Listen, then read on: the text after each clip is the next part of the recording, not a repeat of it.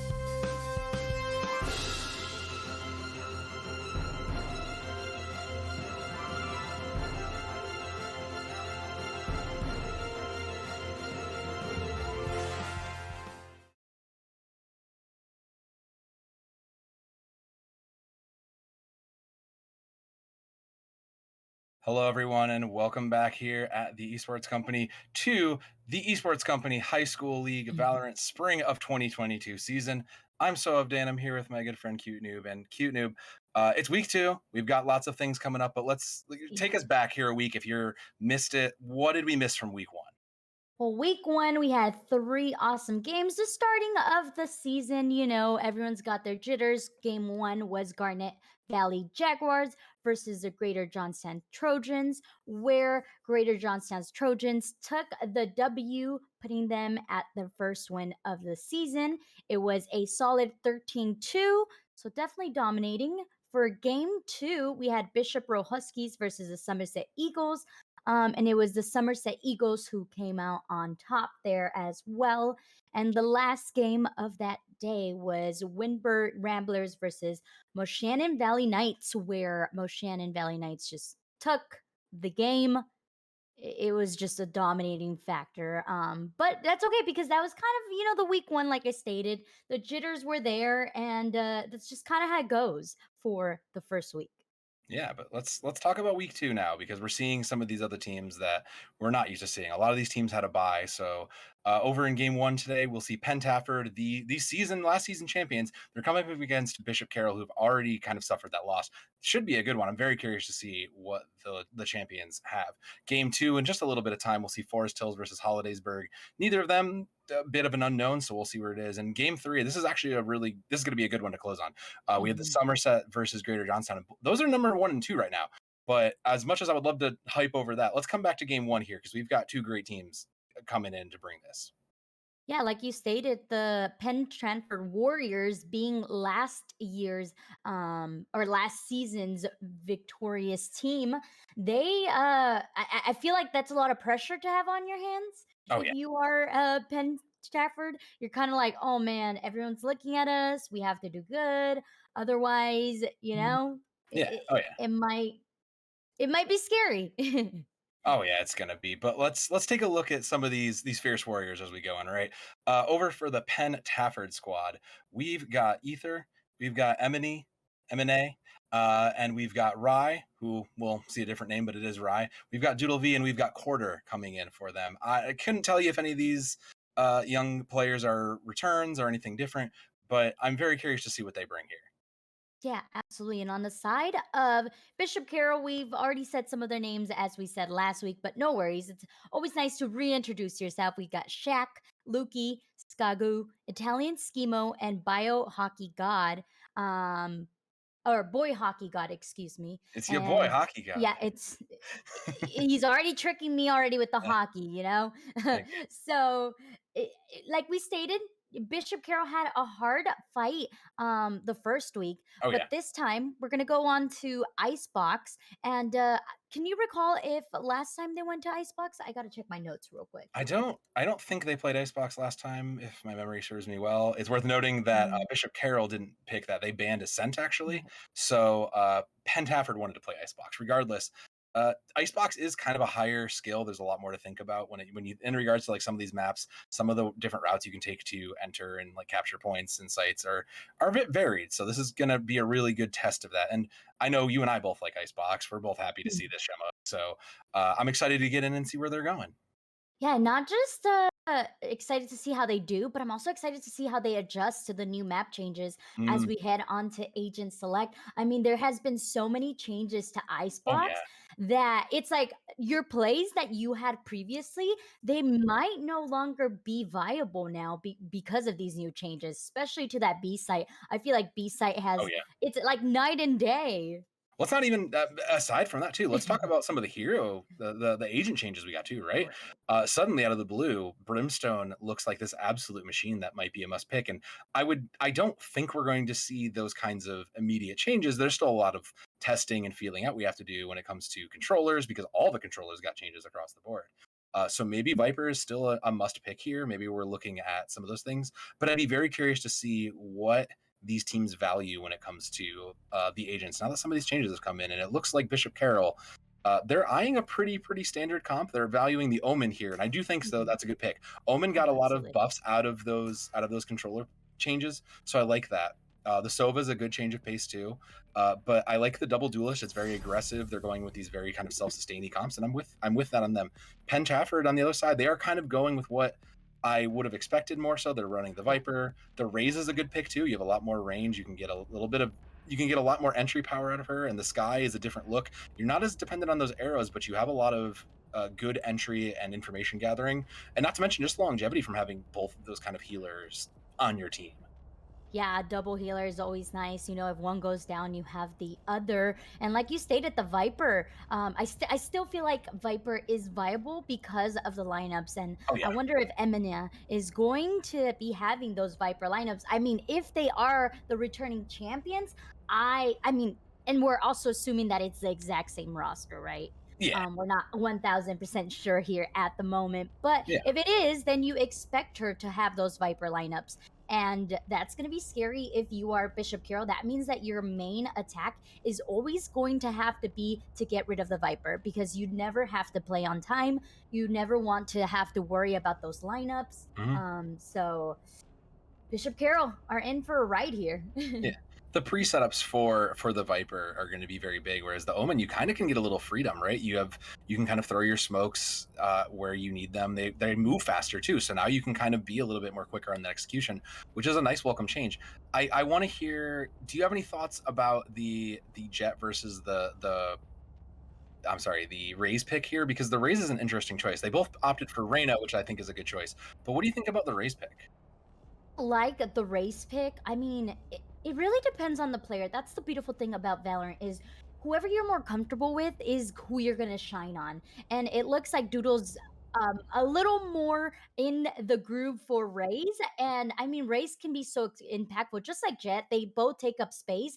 Hmm? It is kind of scary when you hear fire in the hole. You're Oh like, yeah, oh my Lanta, I gotta run. I gotta take cover. I gotta make sure that nobody is cuddled up with me because we could die. We could die here. It could be a squad wipe if Raze gets that perfect ult.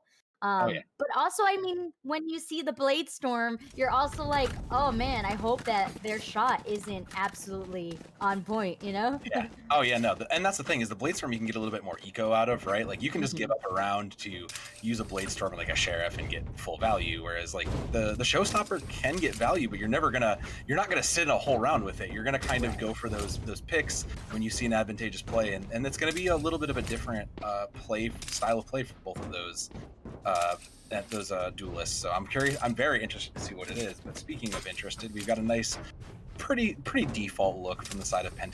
They've got their plans set up and they look like they know where they're going to go. And Bishop Carroll, we'll see where they come out here as the clock ticks. Yeah, already starting off the round, it looks like they're gonna want to go onto a site. Jet's a little AFK here, maybe having a little bit of technical difficulty at the moment. That could possibly be it.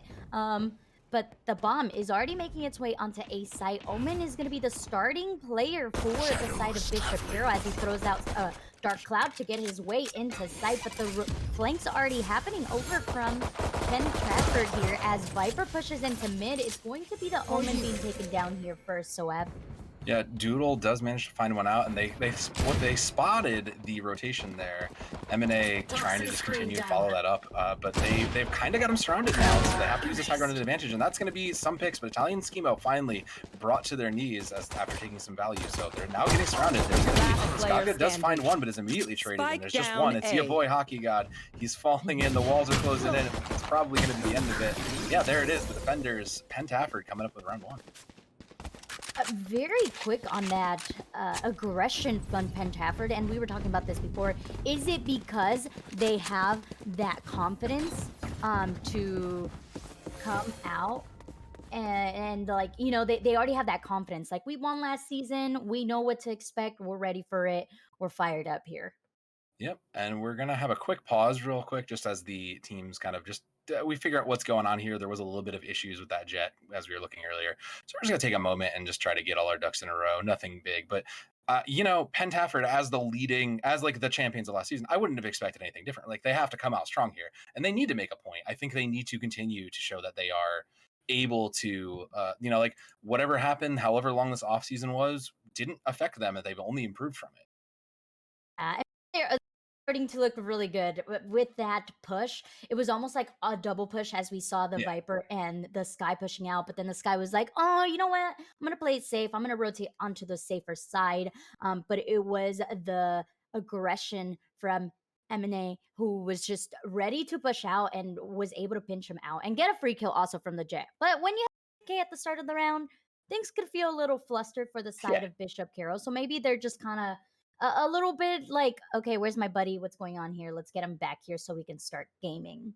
Yeah, we're just making sure that everything's kosher. Got to have fair games, as it were. But it is a fair game, as at least for that first round, as it were, because Penn Trafford, like you kind of said, and as we noted earlier, this was this was their pick. But speaking of pick, we're gonna pick up a quick intermission while we get this all figured out. So hang tight. We'll be right back. I know such a great holding point for this. It's 1-0. There's still plenty more, but hang tight. We'll be right back with more.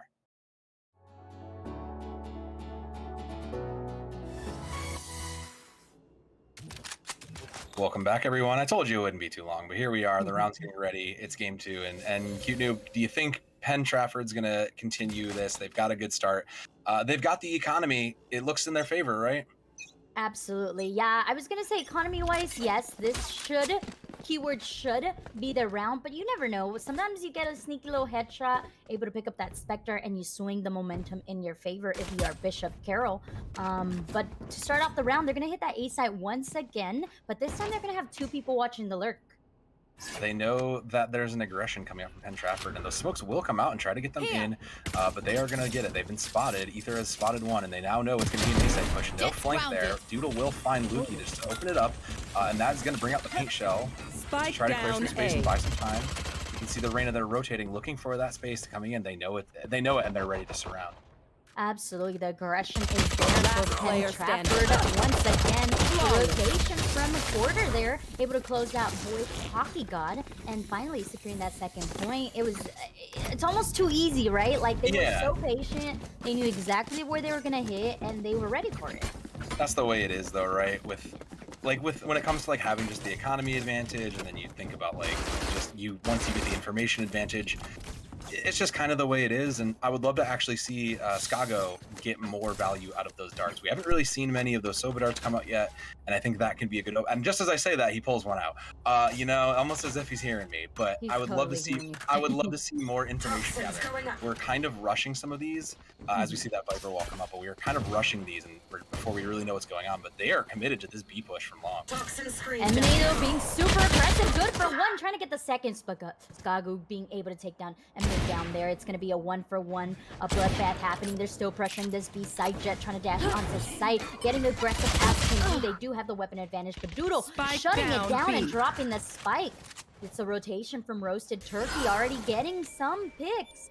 And now it's a 2-for-3 on the side of Bishop Carroll, struggling to find something, make things happen. Doodle just gonna go for it because why not at this point? Getting that third point. That's the aggression I love to see from a duelist, though, right? Like, that's the kind of like, I know, I feel comfortable, I know where they are, I feel comfortable taking this. Let's peek out, make sure I know where I'm going. Just felt strong. That 6-1 KDA is well earned at this point, and that brings Penn Trafford up 3-0, looking pretty strong. They've got a full set of rifles, and it's forcing Bishop Carroll into kind of a tough spot. Yeah, economy, they are on a roller coaster, as I like to call it. You're buying, you're not buying, you're saving, and so far you haven't got a plant down, which really cuts down your economy. And you were talking about it earlier too, Soab, which is like you're pushing a site overly aggressive for no reason. But oh man, Shaq, overly aggressive, yes sir. Takes down Doodle, the top fragger, but it's Ether getting that trade onto Lukey. The spike is down, and they know exactly where it's at. Oh, Skagu just sneakily gets the spike. You love to see it, but they do know that Roasted Turkey, Mr. Rye themselves, is hanging back there. Doesn't look in the wrong way. Good for 2, looking for 3. Can't quite bring it home, but it does bring just the lone Sage. Last player standing. Leaving for one more. Will eventually get found out, and that will be cleaning that up, bringing it up 4-0 for Penn Trafford. That was really nice, Soab, from Shaq there to just get aggressive. I think maybe his teleport might have gone a little too deeper than he thought. I think he might wanted to teleport into this. I don't know. That was an interesting teleport. It turned out in his favor, but unfortunately his team wasn't there to back them up, and they were picked off little by little there. Yeah, it was a great thought, and that's what it takes. That's what it takes, though, right? Is like these good thoughts that open up into good team plays. And I think with, like I said, with a little more information, a little more communication, I think this Bishop Carroll squad can start to turn around, and the Huskies need that. But they are looking to aggressively push this site again. Shaq trying to just make some noise and get themselves ready. As it looks like you can see it now, the rotation's coming through. They're going to take mid on the side of Penn Trafford, and they're looking to close in the walls again. Oh, Doodle getting the kill on Italian Schemo, which is going to be no resurrection on the side of Bishop Carroll. It's Ether, though, just getting cheeky on that zip line, able to pick one. Skagu good for quarter, looking for one more onto Roasted Turkey. No, it's the Roasted Turkey on top. And now just 2-man standing for the side of Bishop Carroll. The spike is onto A, but the Jet with the lurk could have done something, was able to get one pick, but now they're gonna have to come together and figure out what is the best plan here. This is the best scenario that they could have here, Soet. This is the best they've looked in these 4 rounds so far, and I think they're getting the rest of that call to rotate now. It's just the 2 duelists left, and they don't have all of their resources left. They're gonna get some back, but not too much. Thankfully, your boy Hockey God there has held on to both of their blinds, so that will be good. It looks like they will get this B site for free. 30 seconds left. And we'll find that out on the side of Penn Trafford when the spike goes down. We heard it. Yeah.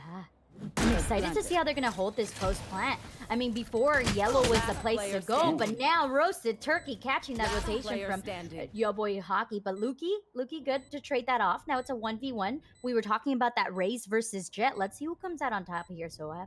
Yeah, this is it. Who's got more information? The Jet. Lukey only needs to play it safe. Does look for the spray, but Doodle will clean it up. And yeah, the new architecture over on B site, it looked good for them. It looked like it promised them some things, but it'll be another point for Penn Trafford. Oh, Penn Trafford looking solid, starting off for a really good lead. I mean, their money's good. Their ultimates are already stacking. I mean, for both sides, look at this. It's a 4v3. We've got on the side of Bishop Carroll Huskies over here, we have the Soba ultimate. I blanked there for a second. Hunter's Fury. Yeah. Yes, coming out there if they wish to use it. And I want to see them use it efficiently. I would like them to use it as a starting point. Maybe if Skagu gets a pick here with that recon arrow, he can pick off a player here onto site. And they will try to look for something. No one really found. I think it might have gone a little bit awry, but it didn't bring any information. They're taking that as it's clear and free reign. So let's see if this was a good decision. The rotate's coming through already. The information's been passed along on the side of Penn Trafford, so they are ready to take this, and that will be a smoke out just to try to buy some space. Shaq is onto site, but gonna get picked out by that drone. It's Italian Schemo ready for that pick. Italian goes down. Skagu as well. It's only 3 men on the side. Actually, scratch that 2. Bodies are just dropping here, so Ab left and right. It's the patient play of Penn Trafford that's really paying off for them, and that will be the duel in the back, unfortunately going the way of the rye roasted turkey. Putting together, completing the sandwich to close it in, as it were. The metaphorical closure sandwich. But, Penn Trafford's they've been looking great. They've not needed to look towards closure. The only thing they're looking to bring closure to is this game. They have 5 ultimates and they haven't dropped around yet. It's beginning to see why they were last season's champions, right? It's very clear now. Absolutely. I mean, with your Rays creating space, and not just creating space, but getting kills left and right. 10, 2, and 1. What a pretty scoreline right there. It just feels good if you are Penn Trafford there at that moment. But the B site's going to be the it site for Bishop Carroll. They're going to try something different here as Skagu gets the first pick. They do have weapon disadvantage here, though, Soab. Yeah, but that was kind of a blind fire through the smoke. They took a guess and it paid off for them. So that may be a sign for them to, that's a sign of good fortune. They're kind of just feeling it out. They can hear the Viper's Pit went off. So that may be their sign to get out. But nope, M&A has found some people there, and it looks like they're still going to try to push this. I do like the fact that they have the Soba looking at the rotation, but M&A is going to be able to pick off the Shack there, so no longer smokes available for the side of Bishop Carroll. It's Quarter already flanking. The flanks are coming out. Roasted Turkey already good for 1 as well, and 2 men standing for the side of Bishop Carroll. Make that 1. Reina, boy, Hockey, God here. Looking to get a pick here on M&A if possible. Has the spike. 40 seconds, could rotate if wished to do so, but it's going to be the spray through the smoke. And Doodle with the shorty. Why you got to do him like that, Doodle? Why? I mean, that's the aggressive shorty play you love, though. Like, that's what you should have. I always say, like, duelists need to have something quick and short range for that, because you're going to be the most likely to do that, and Doodle knows that too. They only committed that Viper's Pit, and that was a great value they got out of it. It stopped the entire push on the side of the Huskies, so they'll have all their resources. But meanwhile, the Huskies themselves do have all of their ultimates. They've got this kind of a mixed buy on their side, so they're going to have to try to play those ultimates and swing them to the advantage here. I do like the change of pace here, Soab. The mid push, I mean, they have an aggressive mid.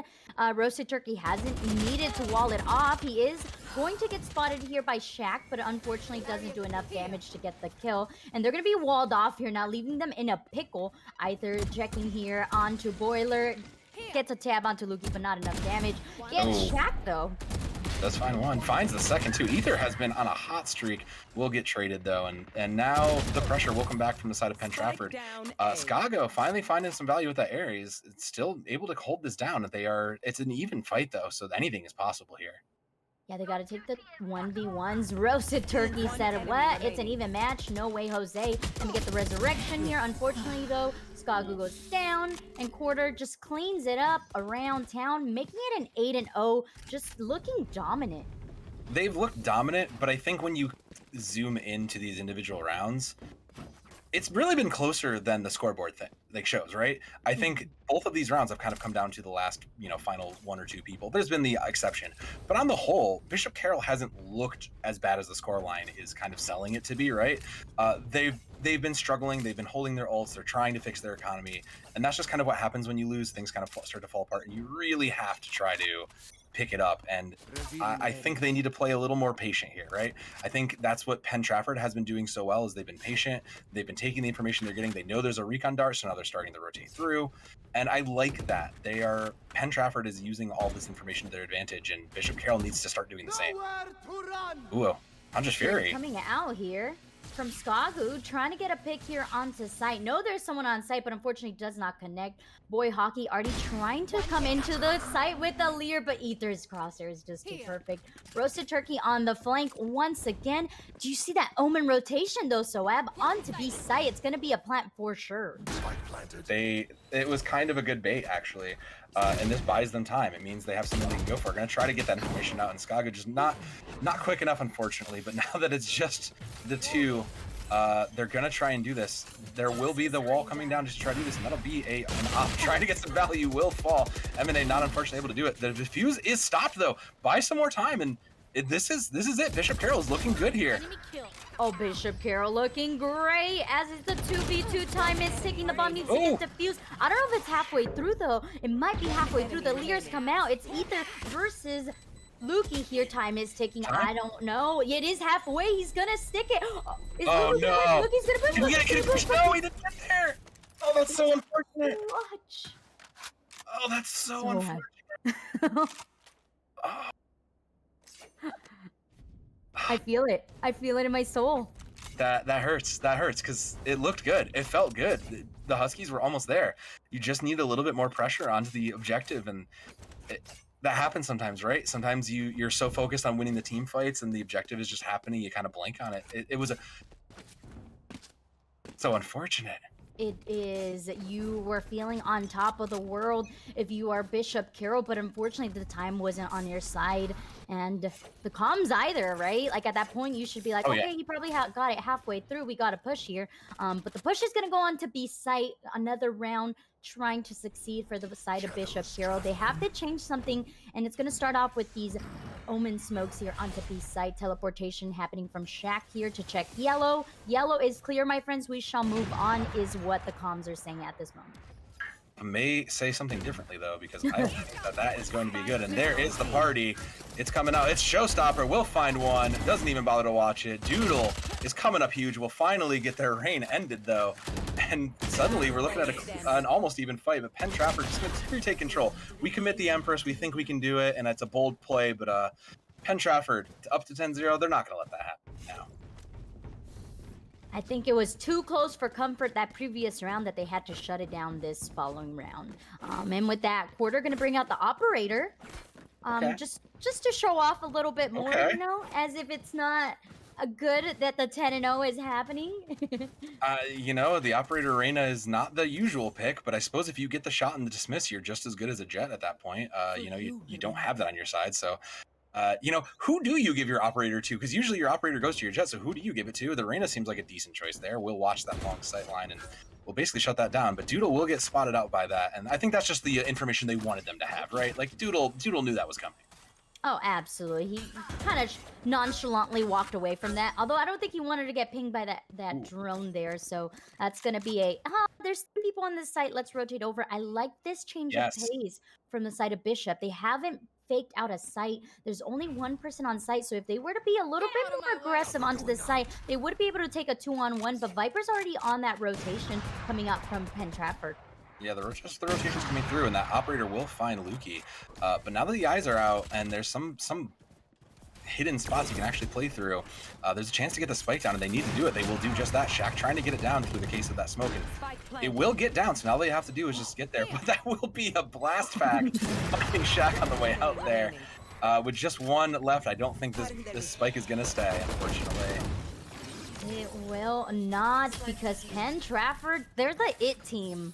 Yeah. So I think we say it might be too early to talk, but I think right here, right now, showing how dominant they look, they are the it team. They're going to be the team that everyone's got to study. Everyone's got to make sure that they understand what's happening. Yes, they're not always going to play on Icebox, but you can learn a thing or two from what each player is doing.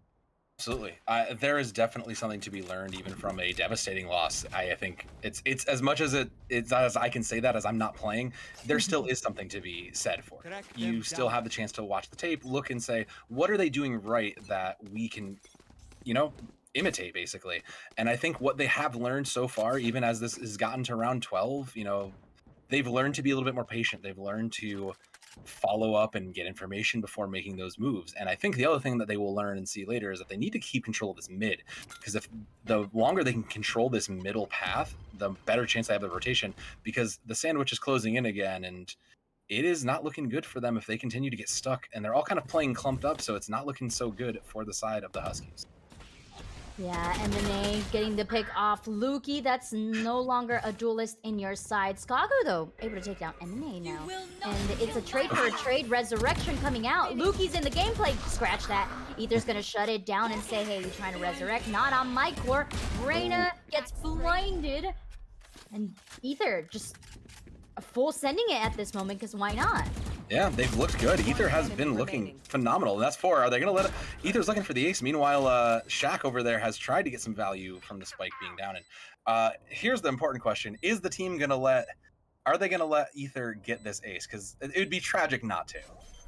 I feel like they are. There's no way they won't, right? Okay, No. I guess Doodle... Doodle's like, ace? No, you don't need that. No. This is a team game. As much as, that's fair, though. It happens in my ranked games, not in actual competitive Valorant, as it were. Switching sides. Oh, yeah. Oh, my Lanta. Doodle, though, we have to talk about the team in general. Even the Sage, just doing work. 11-5. Usually your Sage isn't in the middle. Your Sage is usually just doing Sage things, holding back. But Turkey's a different type of Sage. Turkey's what they call a battle sage, Soab. And I agree, but it also helps that Doodle is entering and also getting value from that enter. Usually, as a duelist, you're expected to go in, hopefully trade out, but Doodle's going in and getting 2-for-1 value on this. So anything that is kind of cleaned up from Doodle is basically being done by Rye on Roast Turkey there. They've just kind of had this great teamwork, and you can see again what leaves them as this. That's a great Sova arrow, though, and they're not going to get information. That's a great shot. That's what you need to be bringing into this, as there will be a rush onto this A site, and that Viper wall will come up.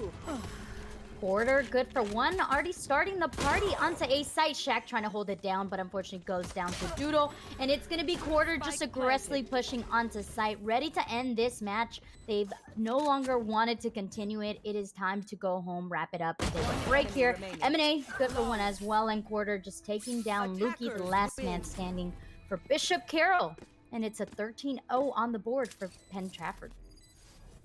It's the second one we've seen in the season so far, which I'm not going to say anything about that, because that just tells me these are going to be slightly more common than maybe we expect, and I think that's fine. There's quite a range of players in this league, and I think that's fair too. But it's what is undeniable here is that Penn Trafford, the previous season champions, didn't drop a beat here. They are looking incredibly good as they close out this first game 13-0.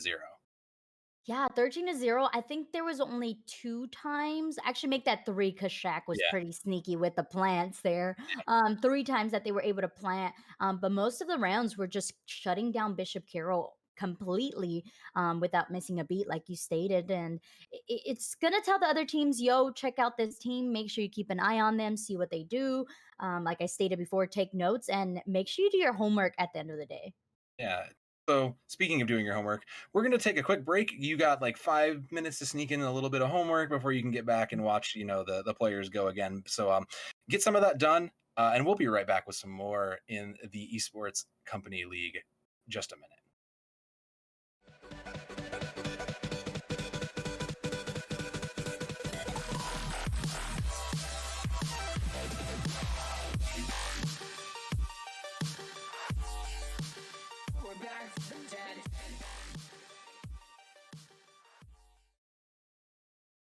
Welcome back, friends. We hope you enjoyed your break, got some homework done, maybe even drank some water because water is important. So, did you get some water in?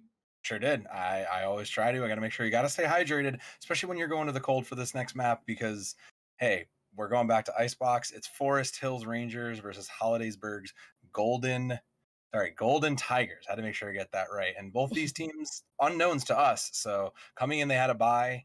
I'm excited to see what both these teams bring. And let's get a quick look at these teams, shall we? Let's check out Forest Hills Rangers first. On the side of them, we've got Skip, we've got Jegward, we got Rascal, Kaide, and Vaco, rounding out the side of the Rangers. Rangers, we've got Z-Lock, Loki, Monopoly, Interstellar, and V Snipes. I expect a lot of snipes coming out from V Snipes there because that name says it all. Is it true? We shall find out as we head on to Icebox. We saw Icebox coming out from Bishop Carroll Huskies versus Penn Trafford Warriors, where the Warriors came out on top. So I'm hoping to see maybe a more even matchup here coming out with the Forest Hill versus Hollidaysburg's here. Maybe team composition. What do you want to see here, Soab? I mean, it's probably going to be similar to what we saw prior, but they obviously didn't want to play Breeze. Hollidaysburg opted to go away from Breeze, and Forest Hills choosing Icebox. So I expect Forest Hills know what they want to do here. I assume they've got their game plan. I don't think we're going to see too much difference from the previous teams. We're probably going to see the Vipers. We're probably going to see Sovas. We're probably going to see that Jet, that Reyna again. With a lot of the way these teams look, I say that, and then Hollidaysburg absolutely just does not want to hear my nonsense. So you've got a Brimstone, we've got a Chamber, and we've got a Breach. I actually like all of those picks. Brimstone got a huge buff coming out of this recent patch. Breach has a lot of great stuns, use so much utility that you can just get advantage of. And Chamber, Zlock obviously feels comfortable in their shots, so I like that. It's tough. Chamber's on both sides, actually. So I like these picks. This is a different look. This is kind of what we think. We're kind of looking to evolve Icebox, right? Like this is Right. where I think the evolution could go. And I like these picks. This is an evolution for sure. I expected V Snipes to be on a Jet, maybe, or maybe the Chamber, but he actually went for a Raze, and I wonder if he's gonna still buy an Operator. Because I expected Snipes here, and I'm already disappointed, V Snipes. So I don't know how I feel about our friendship just quite yet. I mean, the snipes are they're obviously very short range snipes, likely with a pistol Right. for the first 2 rounds. But the other things worth noting is that Forest Hills opted not to go with an initiator, so that's a lot of information down. They went for double sentinel. I'm curious to see what that is going to do for them on the attack because you don't have as great a way to get information. So maybe you're looking to play more defensively. Maybe you think, or remember Hollidaysburg from season 1 playing very aggressively, and maybe you're going to play into that. I'm just very curious to see what this double sentinel is going to do for them in the long game. Yeah, I just like the variety of characters being brought out here. Oh, yeah. I am excited to see what the stats are going to look like for the Omen versus the Brimstone. Yeah. The one thing about Brimmy that I always hate to see, actually, I'm going to cut that thought. We're going to start off the round hitting this B site hard. Interstellar already taking out Hasaki, aka Kaide, down onto B side. B Snipes getting the snipes, just like we talked about, taking out the same duelist on the side of Forest Hill, and now it's a retake with just 3 men on the side of Forest Hill. Great smokes, great blocking those sight lines. That Brim smokes came down big with value, and they've gotten a good control of this B site. They've gotten the space, and they're going to give it up just to play back. But Zlock will find a skip across there, and that is a sentinel down, so that's going to take out a lot of that value. They're going to try to rotate in. Forest Hill's trying to find something, and Loki just going to hang out from that flank, trying to get some value. One more. They look like they've got this Hollidaysburg opening very strong here. Like the confidence, and I like that hold as well. It kind of foreshadows how you're supposed to play B site. Yeah, agreed. And I think like you said, this kind of looks like this is not the comp. If you showed me this comp in Icebox and told me this works and like this was going to be successful, I'd probably have scoffed at you even like a month ago. But it's working well. These players are understanding these agents and getting the value out of them, and now they want to show that they can do it over on A site too. So I'm very curious to see what they get out of this A site. There's so much varying levels of ground that I'm curious to see what Breach gets as value here as an initiator. I mean, you can get blind for days coming Oh, out yeah. of a breach blind, Oh, breach blind. But it's gonna be the paint shell starting off the party as Ooh. B Snipes gets right in dirty into the site, able to trade off one. But it's also a force buy from the side of Forest Hills that's gonna keep him alive and holding onto site. Vaco doing damage onto the back line of Hollidaysburg here. But now it's a 2v2. The bomb has not been planted.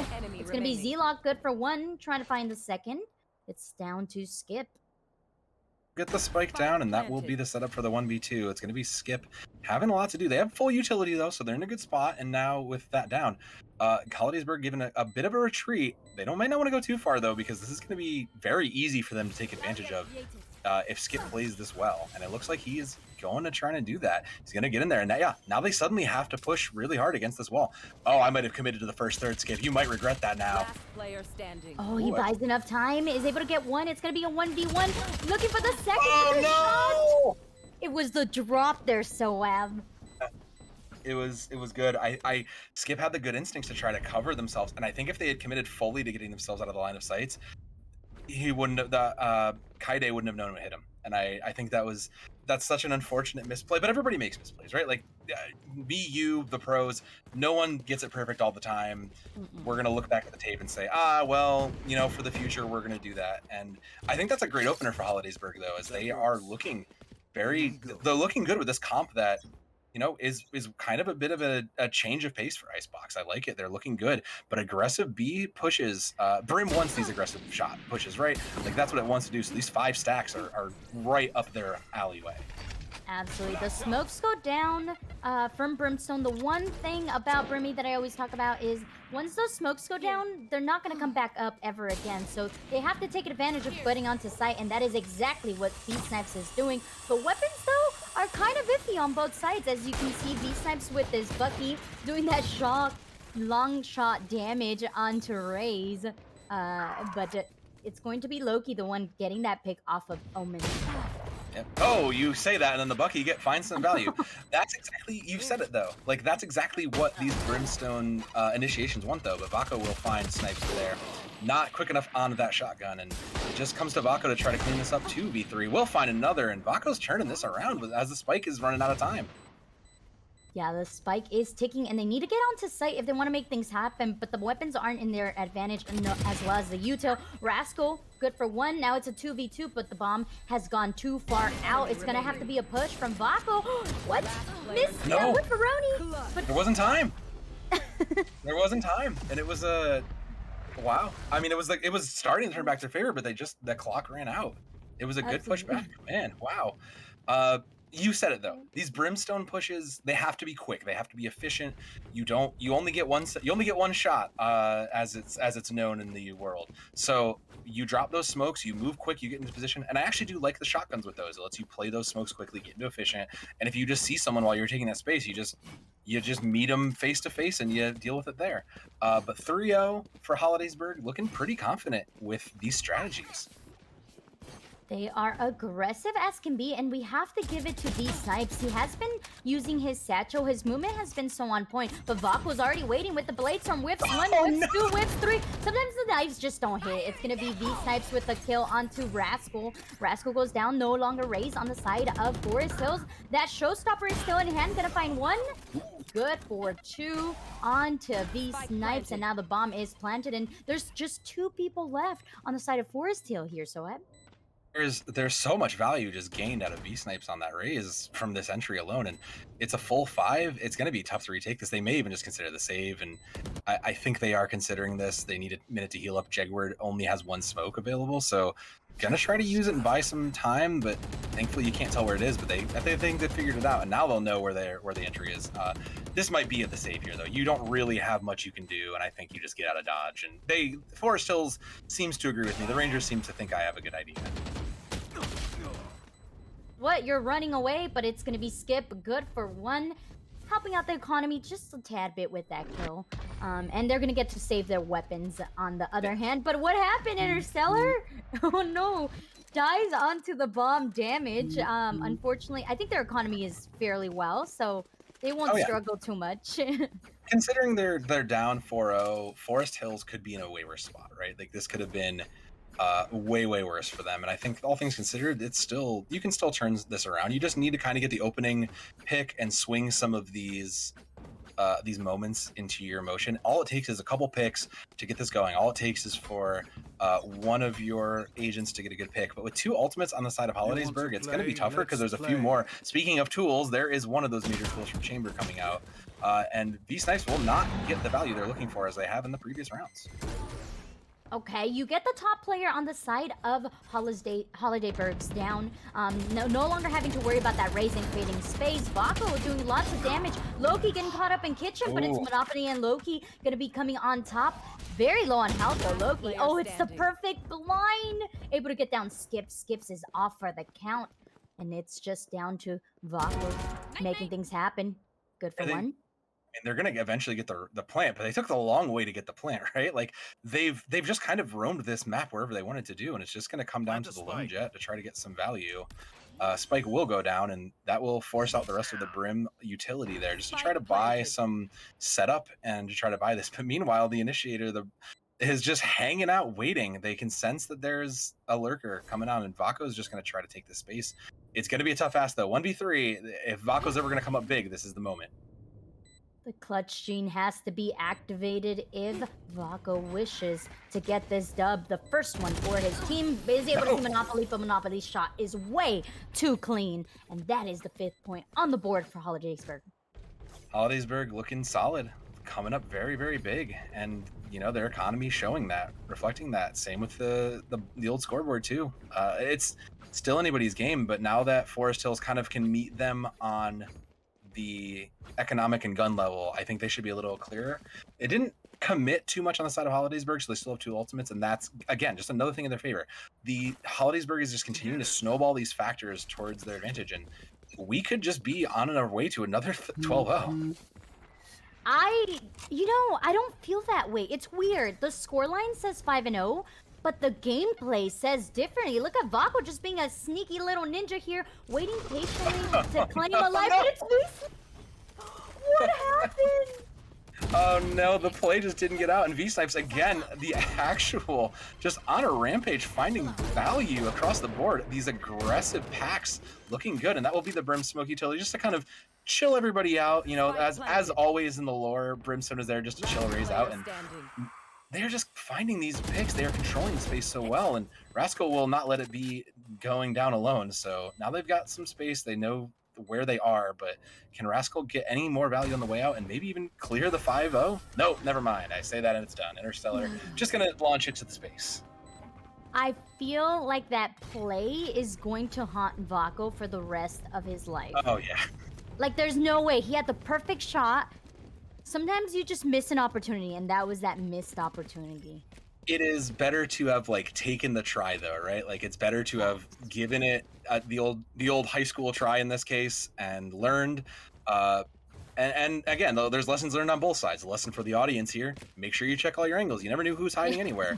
The lesson for Vako: well, we're gonna have to try to hide a little better, I guess, unfortunately. But I liked the spirit was good, and I'm with it. And speaking of the spirit, this is gonna be an aggressive spiritual take onto B site. As they are moving quick, they're moving as a unit, and I like this Hollidaysburg team. They are looking good. The Brims all are down. The Brim smokes are down, and they're set up to already take control of the site.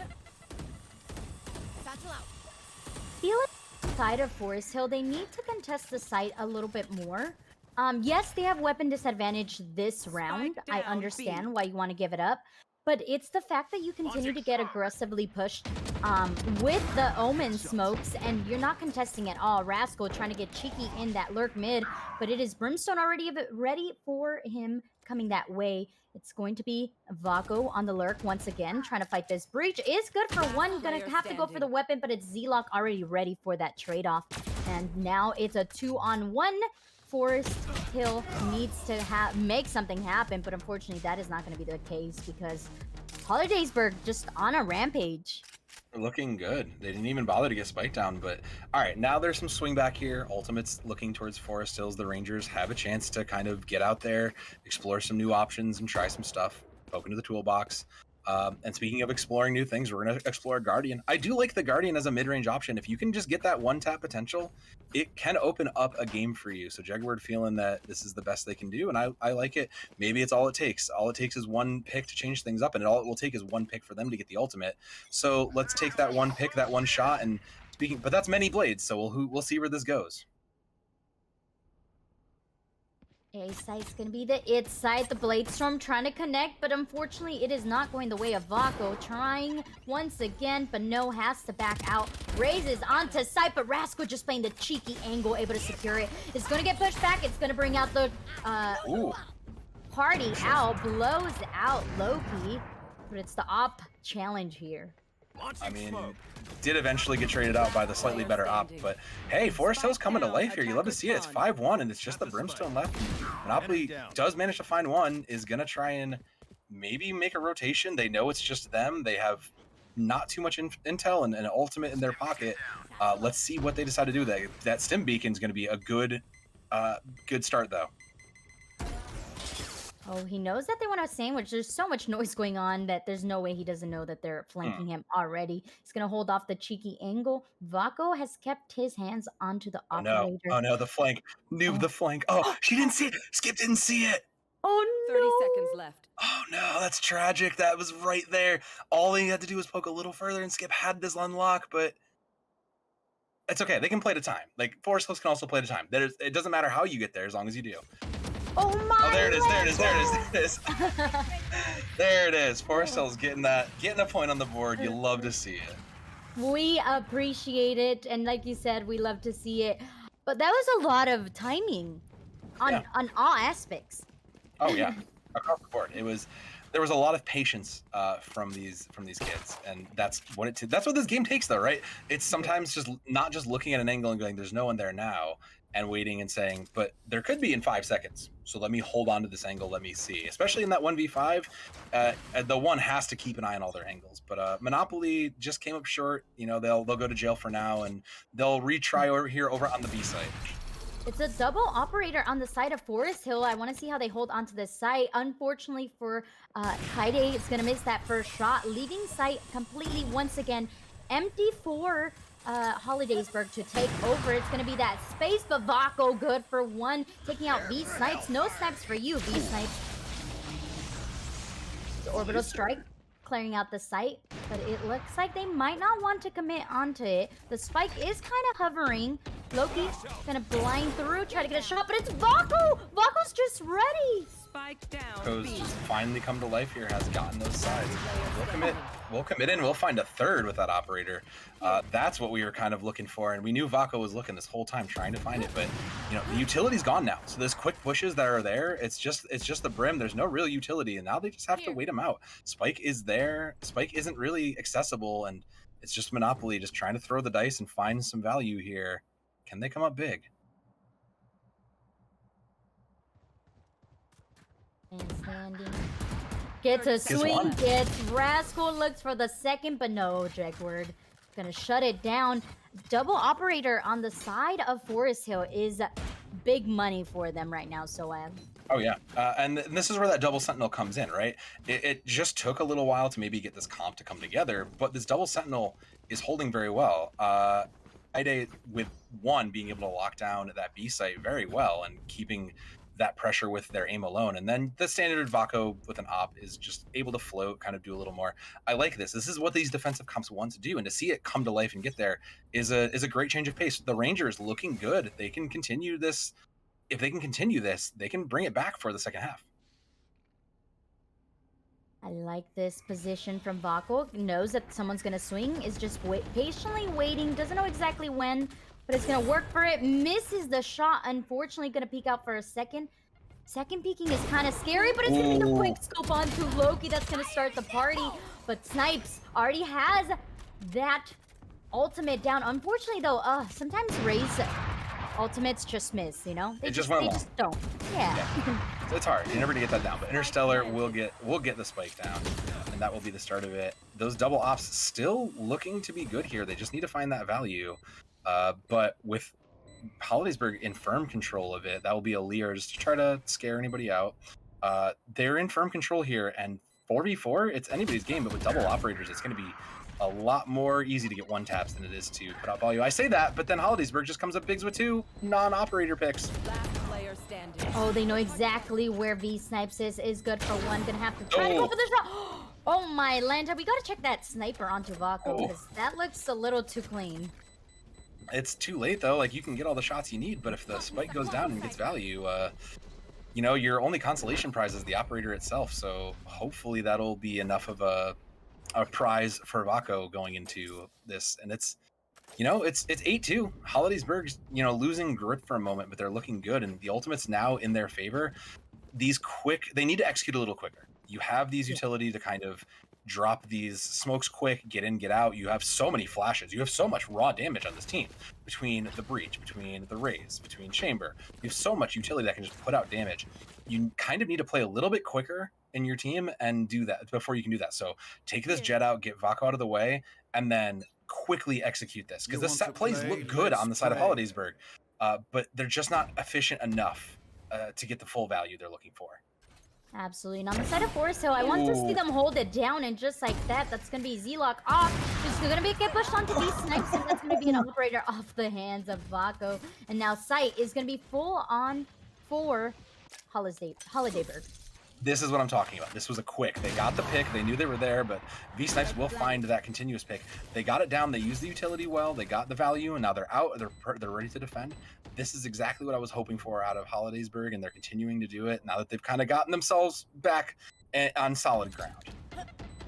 Rasco still wants to continue to fight for this site. He's going to try to swing onto Loki, but it's going to be Snipes shutting down Skip. And I'm kind of sad. These Snipes did not keep the operator.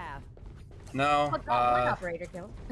I mean, no, but it's unfortunate. But have they needed it really? You know, that's kind of the problem. Like, sure, if they really needed it to do it, sure, but I don't think they do. But Vaco will need those knives coming out, so it's going to be a sheriff and kind of a save for the rest of their team.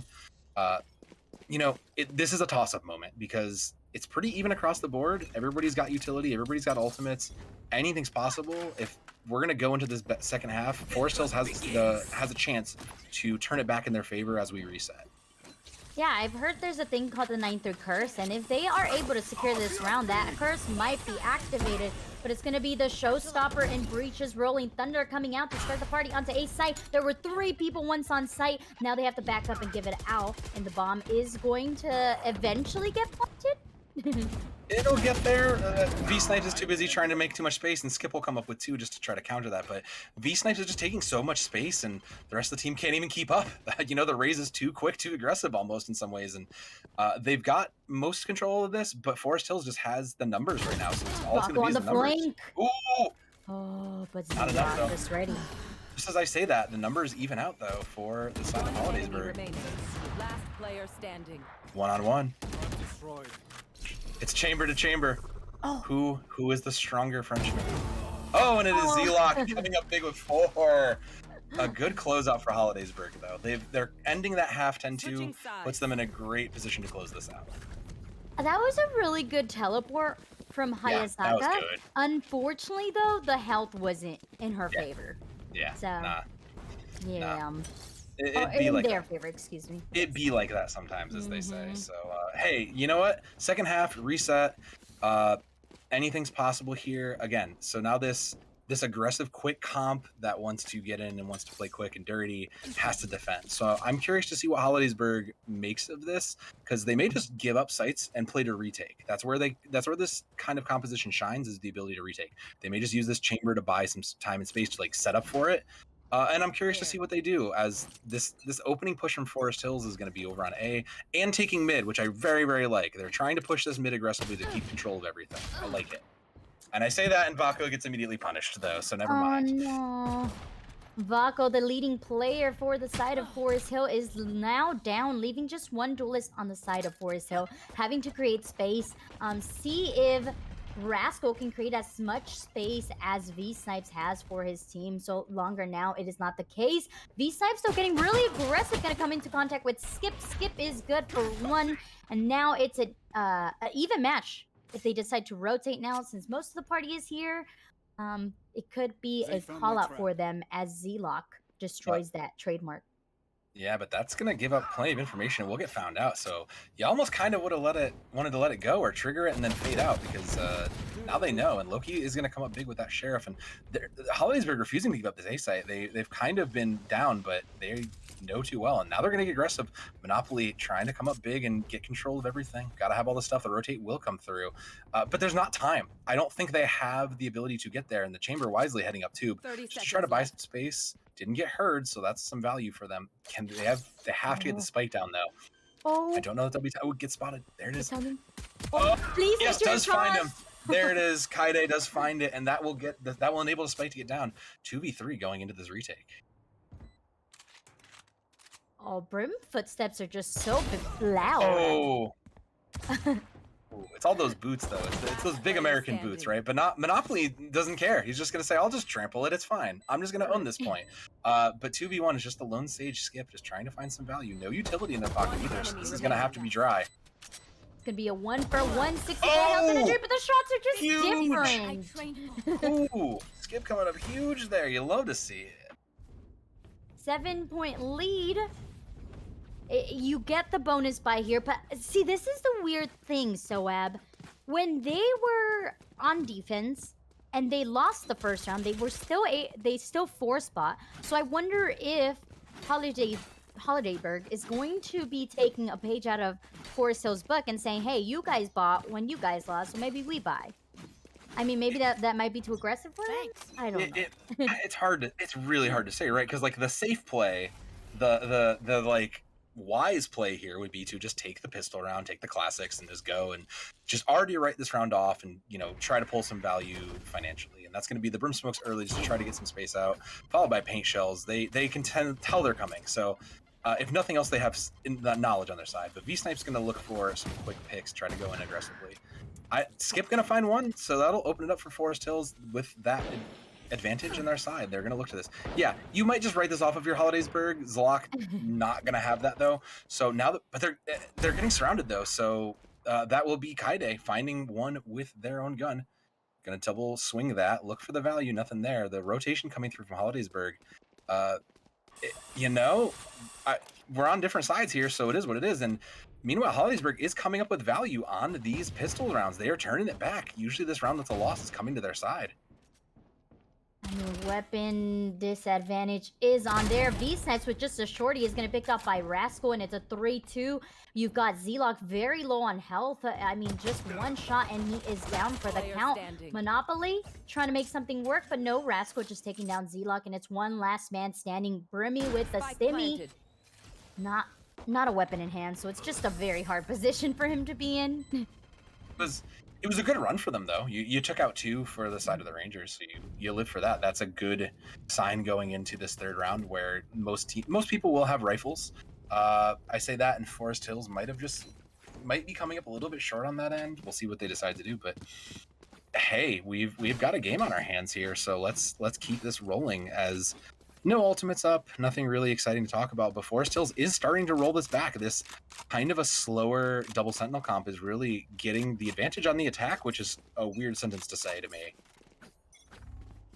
You know, sometimes you're attacking team, period. You know, some team compositions are just different, and that's what's working out for Forest Hill as Loki gets aggressive, but it's Vaco and Rascal who are the ones starting the party in the favor of Forest Hill. And just as I say that, Interstellar is no longer having this party started. He's going to shut it down, say, hey, no pushing my mid, this is my site. But it's the B site that Forest Hill wants to hit, and Omen going to be taking these Dark Clouds out to hold a better position for his team. But is it really going to get much value there? You've kind of wasted both of your smokes. You'll get them back eventually, but you know, now you're going to rotate, so it's almost wasted utility in some ways. You kind of might have wanted to use one just to block off your slow rotate, and I do like this slow rotate. I think it's the correct play. You're going to catch a Z-Lock as they push aggressively through mid, and I think that's the right play. And now the rest of that realization's coming in, so they have to move quick. And here's going to be that first initial pick. 3v1 does not come up good for Kaide, and this is going to be the start of the rotation and the good press. They have to back off, so now A site is open for them. That was a scary sight to see of your Z-Lock. You peek an angle and the whole gang's there like, what's up, dude? What are you looking at? And you know, Well- I'm kind of like I gotta back out of here. And you know, you get picked off. So Yeah.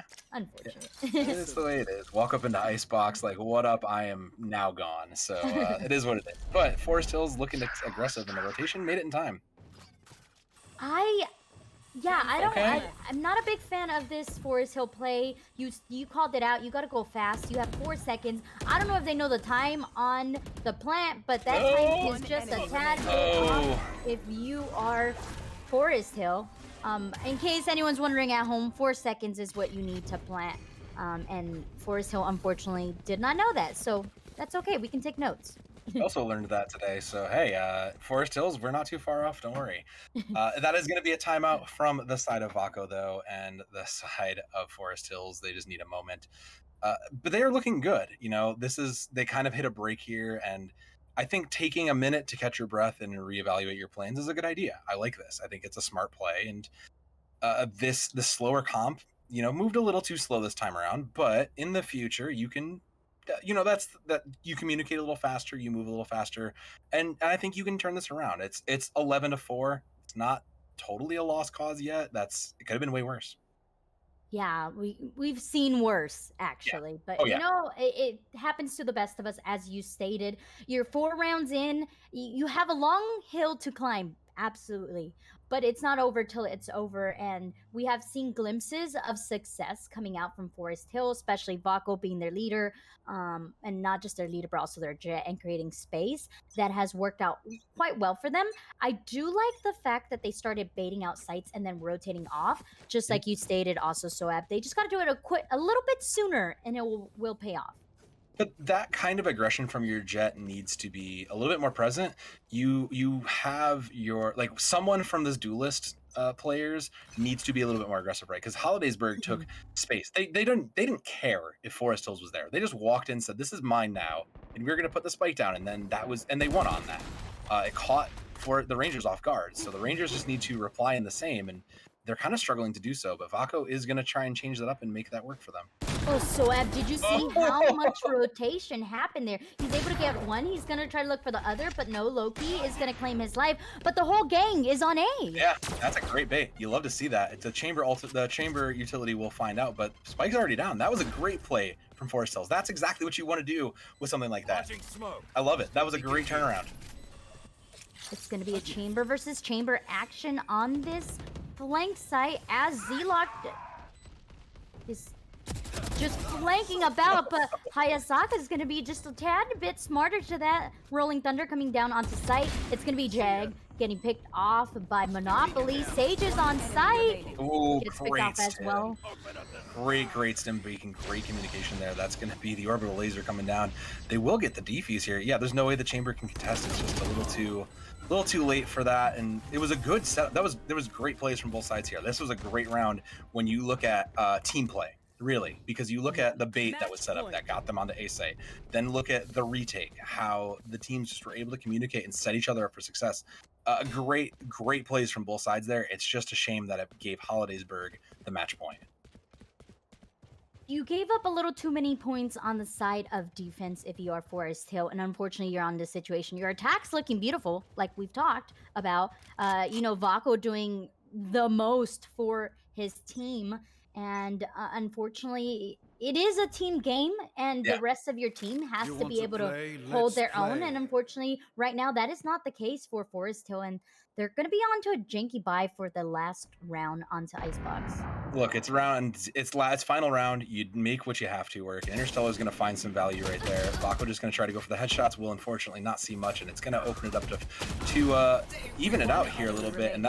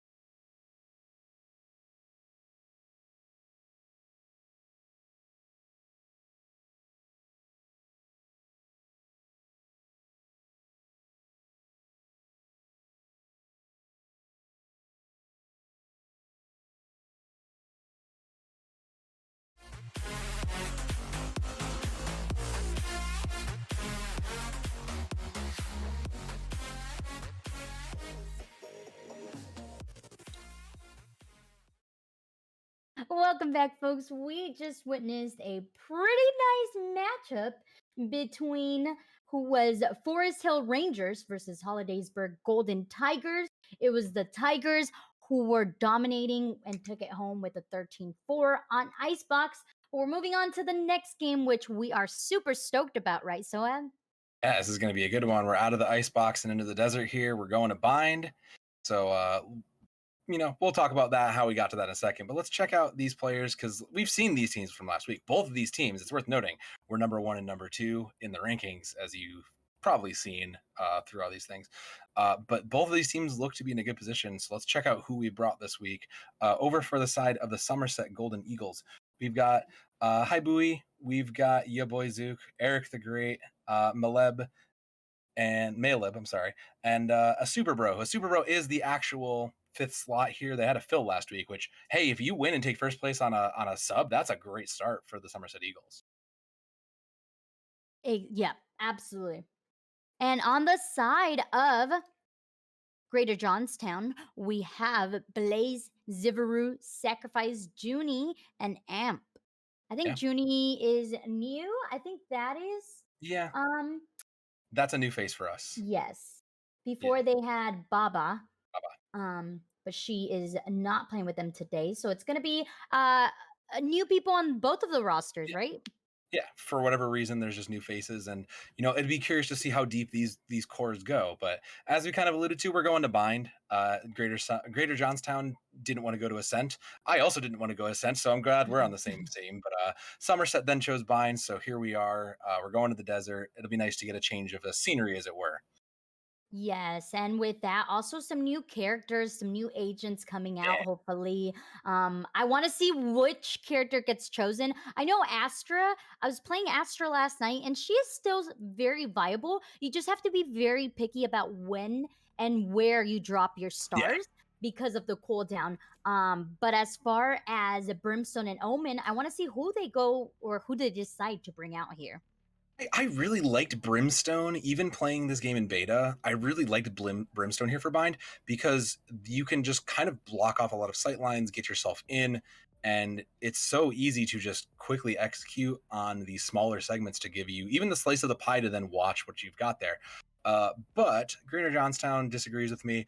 They're going to take the Viper. They are going to add the Yoru. I'm very curious to see how that plays off. Now that the body double has gotten that big change, I'm so very curious. Everything else is pretty interesting here. No initiator actually strikes me as kind of odd. We went for the double sentinel. Sure, I kind of feel like you might regret not having the information down the line, but Yoru can do that. Yoru with body double can do that. So I'm interested to see what that brings up. No Sky, no Soba. I mean, Soba has been a must-have for bind. So the fact that they don't bring him out is scary. But I don't know. Greater Johnstown might know something that I do not know with the Yoru. I mean, I've been baited by Yoru clones so much. So many times. So sad. Oh yeah. I'm like, this is humiliating. I don't want to talk about it. But on the side of Somerset, we have a typical kind of setup here. They go for the double duelist, but they do have the Omen and like we talked about the Soba that everyone so loves. Yeah, the information just too it's just too valuable, and until we see either Sky come up and get kind of more value out of that, Sova's kind of been the king of initiators, and it's been tough to take that crown from his glorious main, as it were. But we'll see how much that glorious main really gets value here versus the double sentinel. I've never thought about Soba's hair being glorious, but now that I look at it, it does look very glorious. Yeah, you're right. It's big, yeah. Big, like, if there's a wind machine in front of him, he's got that, like, that big mane flowing in the wind, almost pretty enough to be, a model or, like, a movie star, but not quite. Yeah, he's got that scar. That's what cuts it, Yeah, he would be a villain. He would he's always casted for villains, never wanted to take the roles just because he's not a bad guy. He just has a scar in his face, Yeah. I mean, his darts kind of hurt you, but he's not a villain. Yeah. Look, okay. he is. Yeah, exactly. Well, it's going to be the A side that's going to be the most action already starting off here for Somerset. As you can see, whole bodies lurking out onto A short. It's going to start out with the Soba drone, but the Poisonous Cloud is going to hold a lot of information for Greater Johnstown on that defense. It's a little too high for the typical one way you used to kind of be able to get there, but it's a good take regardless. It cuts off a lot of angles and sightlines there, and that will force the rotation. But there is the Viper's wall across B too, so that's just going to deny even further. So once that comes up, who knows what they're going to give him to. Speaking of the devil, there it is. It's now, again, there's so much pressure across the map from this Viper. It's why it's such a strong pick. Yeah, they're kind of in a pickle. What do we do here? Time is ticking. I mean, not too much, but it's going to be the B long hit that's going to look the most appealing for Somerset. They no longer have a drone since they used it up at A side, so they're going to have to go mainly on the initiation of the jet here as Sacrifice goes down. Yeah, Hibui, again, looking good in the element, looking strong, looking for a target, not finding anybody. I like the idea of that body double there. Try to give yourself a double swing, but that will be the Killjoy bombs down, and that will be the Killjoy Zivru coming up with 2. Yeah, that's what makes Killjoy so dangerous. Trying to find a pick there. Should have committed to the plant, unfortunately did not, and that will be Maleb falling to that. 4-1 though, it's going to be big for Hibui, and unfortunately not enough. Oh man, I am already going to say it right off the bat. KJ is going to be force to be reckoned with on that B site. You're going to have to play it very slow, and you're going to have to get rid of her util little by little. Maybe start memorizing where she puts, the mollies, where she puts the alarm bot, where she puts a turret, and start dwindling at it little by little, not overexposing yourself. Because I feel like they're going to have less men onto B site, so you want to hit B site. You just want to make sure that you're not going to get absolutely demolished by KJ Util. But you have answers. You can be creative about it, right? Like you have this Omen who can kind of teleport. You can get themselves around. You have this mobility that's there. So it's just going to be kind of playing it in. Shots opening. Speaking of getting in there, and Blaze will find one. Will heal up the arena. Not really necessary, but you love to see the teamwork going out there. And again, we're pushing into this A site, but Blaze coming up big on 3. Blaze on fire for Super Bro, trying to return the favor onto Amp. Your Sacrifice with the lurk, just too perfect, getting a blind out, but unfortunately doesn't connect with the Soba. A Super Bro last man standing, gonna recombo at the wrong time and gets caught out. Unfortunate. Just you knew it was closing in. You tried to get the information, and yeah, you can't really say too much about that. But Blaze, we can talk about for a minute there. The Viper, 5-0, has come up very strong. Has used those walls, this cover utility, and usually you don't see controllers near the top. They're kind of just they'll middle to bottom because there's so many things they have to focus on. There's so much more important things than clicking the heads. But Blaze showing that, hey, I can throw down smokes and control the map, but also I can get picks too. But this is be the round for the side of the Somerset Golden Eagles to make a swing on. It looks like they might have 4 spot last round, so they have a janky buy, kind of evening out with the side of Greater Johnstown. It's going to be the first pick for Maleb onto A site, and they're going to still continue to go, so they have to get rid of the Reyna, who's lurking about in lamps, and Sage now slowing down this A push, making them rotate over onto B site. Yeah, the Yoru is trying to make the rotate, but that leaves B site entirely open. So if they have the information correct, they know they can walk right in. The Killjoy utility not quite available yet, so they'll hopefully be able to get in there. And before that happens, Spike will go down, and they will be set up for a 5v4. Looking pretty nice if you are Somerset Eagles, although that blind just didn't quite hit where he wanted it to be. Sacrifice teleporting over, gonna flash his way into Hookah, but it's Amp who gets the shot onto Maleb as well as Eric. The break going down. Super trying to hold the cheeky angle, but that's not gonna be the right angle. It's Hibui and Omen, last man standing. Just a buoy, and it'll go down. You might as well see if you can get someone with. And Greater Johnstown looking dominant right now. That was a great retake on their side, and they're now going to trade up to a little bit better. So now we're back to full rifles for them, and their economy looking good too. They're going to even save a little bit. They don't feel like they need to commit all the money. It's not do or die yet for them. So you like to see it, but it's going to be interesting as they go up here. No ultimates on the board either. So it's still anyone's game, still early. Yeah, they could get that Viper's Pit if they wish to do so. As you can see, I mean, maybe he goes for a kill, Blaze goes for a kill, or just goes for an orb in shower. But it looks like he's just going to contest the site once more. He's finding a lot of success A short. And when it's not broken, you don't got to fix anything.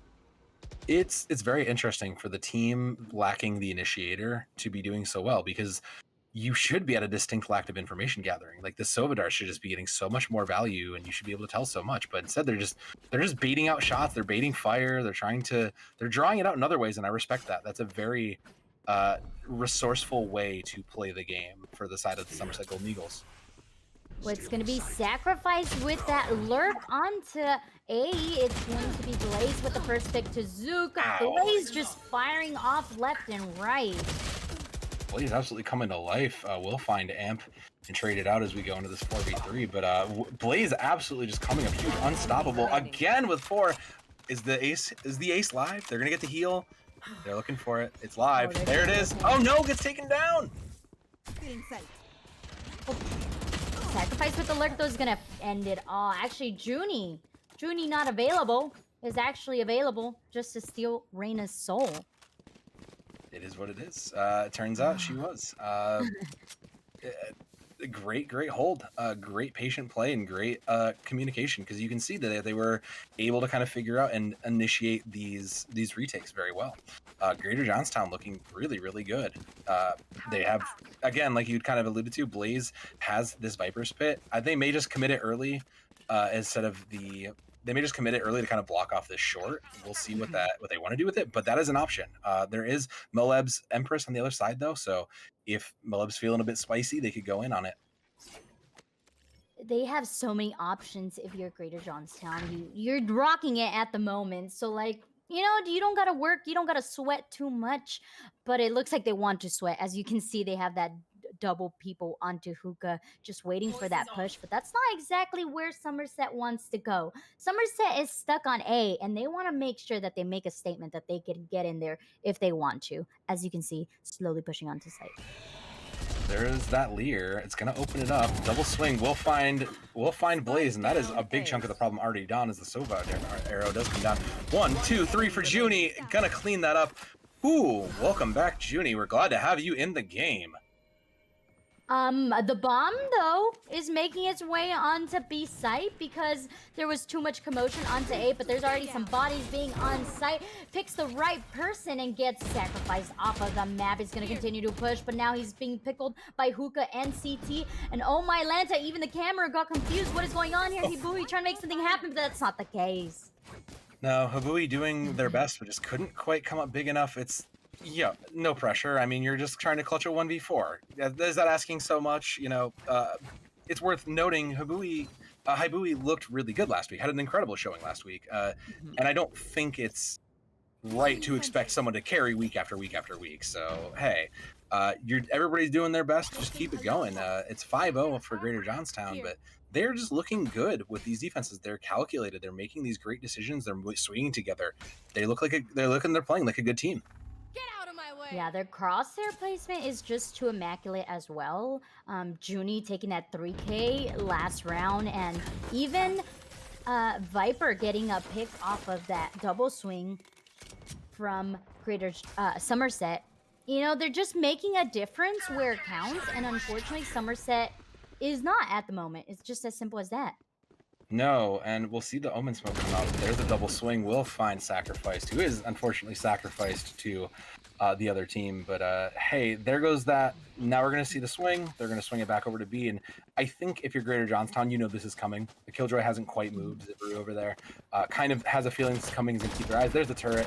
Going to let them know that the party's here. A Lear to follow it up. And it's now this B push is suddenly on hold.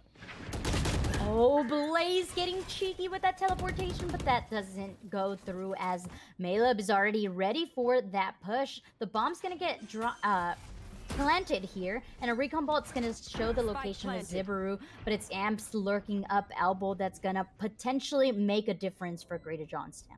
They've got all 5 team members here. Now they just need to position themselves to have sight lines to the map, and they will be good because Amp is sneaking through, and they haven't really checked this elbow point. It's been blocked, but now that sights are open, who's gonna spot them first? The KJ lockdown gonna come out. Don't know if it's enough time though. So no, it might be too late. Amp looking for more. Player standing. Doesn't find it though. Oh no. what is happening? Just two standing. The bomb is ticking. He has to hold it, but gets one. Zibri looking for the second one, but no, it's gonna be the bomb. That's gonna be the best of them all. And finally, a breath of fresh air for Somerset. Listen here, I was breathing at the same time here. I was breathing for Somerset. Yeah, it's okay. Manual breathing activated. It's all good. But they can breathe out that sigh of relief, right? Like they have one on the board. They are looking good, and Somerset being the number 2, like it's still way early. It's week 2, but they're sitting at the number 2 spot, the Golden Eagles. So that's a good start. All it takes is one round to start swinging this back. Now they have guns. Now they have 4 ultimates. And they can continue to push this. They're playing a little more default. They're going to try and poke all the angles. And I like this look a lot better. This is a more patient look. Absolutely, but who's not patient is Sacrifice. Sacrifice has been lurking left and right and all around, and that is going to have to... They're going to be blinded, but he doesn't know there's actually 2. He just cleared the Soba. It's going to be the Jet in the back line that's going to make the difference. Yes, sir. P-Boy able to save Super Bro. Oh. But it's going to be Blaze claiming the soul of ya boy Zook and holding down the spike for hostage. Yeah, now it's in the Viper's grasp, so it's going to be a difficult retake here, but with both of those acid pools down, that makes it a little easier. There's not much utility the Viper has, so all they need to do is win the gunfight, but Haibui not going to let that happen easily. Junie is no longer available. Oh, I love the drone coming out to make sure that it's clearing out more room. Haibui's gonna go for the spike. Actually, scratch that. It's gonna be the Soba going for the spike, and A site is going to be the it site as they're gonna continue to push on too. But Blaze is like, you're not coming in here, friends. This is my site and my site alone. Blaze and Zivir have been so dangerous, like as these kind of sentinel figures where like, where if Viper is more of like a sentinel controller hybrid, Blaze has just looked so good and have not giving up an inch. Even when you're out of utility and you might think like, all right, we can play around the lack of... Viper has no utility. Let's just push that. We can win there. Nope, Blaze is just going to win by raw power and raw aim. So good on them. Thankfully for the side of the Golden Eagles, they didn't spend too much. There's no ultimates used, so they still have all this. Your boy Zook going to come up a little bit short with the Guardian. Maybe get a quick headshot, a cheeky shot out there, and we'll make it work. But let's see what happens on this initial push. Yeah, just going to fire out, try to make some noise. Ooh. Gonna be the Reyna with the lurk onto Showers, but unfortunately for Reyna, there is a Sage wall there, so there's not gonna be a lot more action happening there. Recon Bolt comes out, and I've noticed time and time again, Soab, that Recon Bolt just hasn't hit the right place for Somerset Eagles. No, it seems like the Sova isn't like necessarily a comfortable pick. Maybe we're trying some different things for the side of Somerset, and at least if the dart gets shot, there is some value in that someone shot at it, so you've learned something. So any information is better than no information in this regard. Well, Blaze doesn't need any information, but it's finally Somerset Eagles who are up with the man advantage as we're finally getting the rotation over from KJ. Zibaru coming onto site as the spike gets planted. Gonna peek and he's gonna get one, looking for the second. Yes, sir. Looking for that third onto Hibui. But no, it's gonna be Sacrifice who's gonna end up dying here at this point.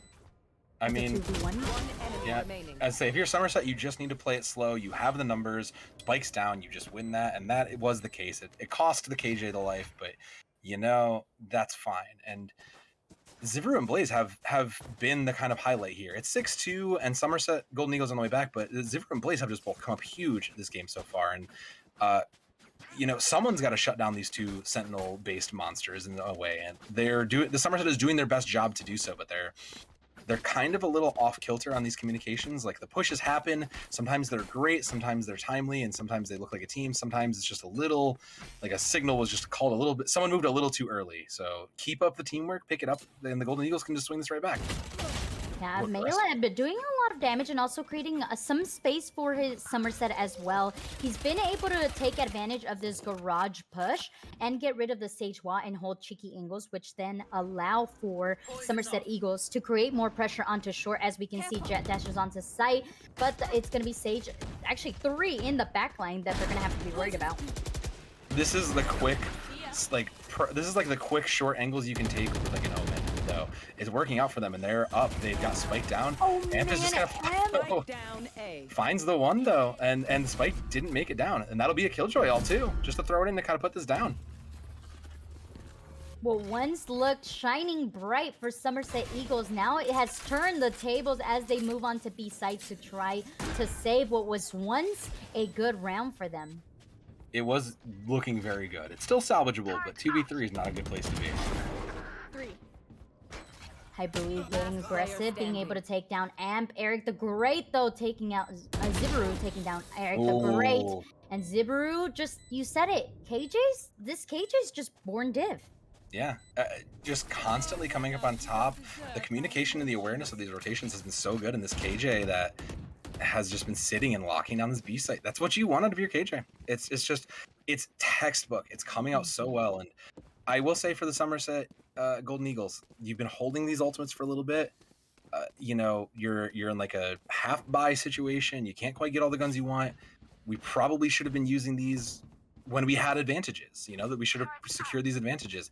But you know, here we are, and here is sacrificed with a judge, and I'm so curious to see where this leads to. It's a hero weapon for the Hybui here onto a side who's getting aggressive once again. Unfortunately, that poison cloud has done wonders for Greater's Johnstown onto a short here. So yeah, they've gotten such great intel out of blocking that, but Somerset again kind of mistiming some things that Soadrome didn't really quite get out and didn't really find anything. Maleb gonna find one with that Ares and put some values out there. We know the push is live, so let's be aggressive, Eagles. We can do this. They do have the man advantage, and the B site's looking pretty clear. I mean, Zibaru doesn't really know whether he should rotate or not, and I understand. Yeah. But I think now as your Viper goes down, it's time to rotate over, and that's what we're gonna see here. Sacrifice trying to make some damage with the judge. I do appreciate some judge gunplay here. I like it. It's a good short angle hold that it's forcing them to go through. There's gonna be the rotate, and now Sacrifice has just said, well, my judge is useless, so now we're coming. Zibaru gonna scramble back and try to slow this push up, and they're probably going to get the spike down before they can reach the rotate can come through. 30 seconds left. Sacrifice getting cheeky with the teleport, but no, it's going to be Hybui who's going to shut it down. Zibaru onto CT. But no, Hybui is just hitting every single shot that is thrown out. And that is a 4K. Yeah, coming to life here. Suddenly decided they were not going to get pushed around by the side of the Greater Johnstown. They're looking good, and they, 7-3. This is still a half to be made. There's still a couple rounds left, and this could be closer to 7-6 by the time we're done here. I am excited for that because that means it's a party, and I appreciate parties on the side of Somerset. Like you've said it, Soab, and I feel like the crowd is tired of us saying, but there's so many ultimates. Yeah. Tour de force. You got to commit something. Yeah, you gotta use it for something. So let's see what this round brings out. Hybui, though, hitting every single shot. This man does not miss. No, but that's what you need now, and that's the key point in Blaze down. So that Viper is gone. All that cover is now down, and with that smoke shield down, Spike can also go down. Let's see how quickly they move this and set this up. Yeah, that has been a problem, not just with the Somerset, but just previous teams in general, is sometimes they're a little bit too afraid because they don't have full control of the site. So you have to decide whether having full control of the site takes precedence of actually planting the spike. And it looks like that is going to be the case for Somerset as they decide to go for bodies instead of plants. Yeah, you said it perfectly right there. They didn't feel they had control. Now that everybody's dead, they have full control. And I respect that play. That's good patient play from the Somerset Golden Eagle squad. But we're coming into last round, and you only used one of those ultimates. You didn't really get value with the chamber ultimate even. So, hey, it's last round. Might as well use it if you got it. And there's a lot to be used here. Absolutely. Resurrection on the side of Greater Johnstown as well as the Viper's Pit and an Empress if things get a tad too hairy for the liking of Greater Johnstown. Viper's Pit going to come out nice and early for Blaze here onto A short. That's going to leave Somerset rotating over to the other site where, as you can see, there's already 3 members of Greater Johnstown ready to party. Oh yeah, that was just Blaze and the Viper just saying like, no thank you, you're not allowed to use this door, please try somewhere else. And they will try their luck over at B, but there's a lot coming. This slow push, I like this slow push, and that recon dart hopefully gonna find something. Nobody's home, so is that their go button at this point? Oh, Empress, that drone will maybe potentially. I'm not sure what happened there, but the Reyna was not spotted. So it's going to be Amp with the cheeky angle onto Octagon here. And if Soba isn't too careful, he might get picked. Oh, but the save! The save from Eric with that Lear was able to cause that pre-fire from Amp, therefore giving that notification that, yes, sir, there's someone here and maybe we should be a tad more careful. And the rotation comes in onto a site. I guess site is the end site. They got to move quick though, as that announcer just says. 30 seconds left, and it's the old double fake skis. You know, here comes the smokes. We're gonna commit to this, and thankfully, the Somerset has their full squad for this take. They do indeed, and the KJ ult utility is still down there, so I'm very scared for them to come onto site. As you can see, some are vulnerable, some take damage, but it's still a 5v4 in favor of Somerset. It's why you really would like a Sage on most of these teams, but meanwhile, as we're unfortunately not seeing much, that'll be a Hunter's Fury coming out, just trying to protect the rest of this. There's all those ults we were looking and holding on to. Shots fired, Junie not available, does find one from that back and counter-terrorist site, but it's still everything, and that Killjoy ultimate is going to catch someone out. As long as Zipru buys some time, does get the detain, and that will be the cleanup on a Super Bro. Yeah, Somerset finally getting their 5th point on the board as we switch sides here. Now we're going to get to see what Somerset has in store for us on defense. It looks like, you know, I don't know about you guys, but we had a struggle to see that. But Somerset managed to bring that home. So 7-5, this is a very close half for both of these sides. And we're going to take a quick pause for a moment, just to kind of get ourselves together. And we're going to take we're just going to take a quick moment here, get ourselves together, give the teams a minute to breathe. We'll be right back in just a second. How many times for you I'ma try? Want you to notice the one and I know this perfect soulmate. I wanna show my best friend. She saved my life, my happy. Alrighty.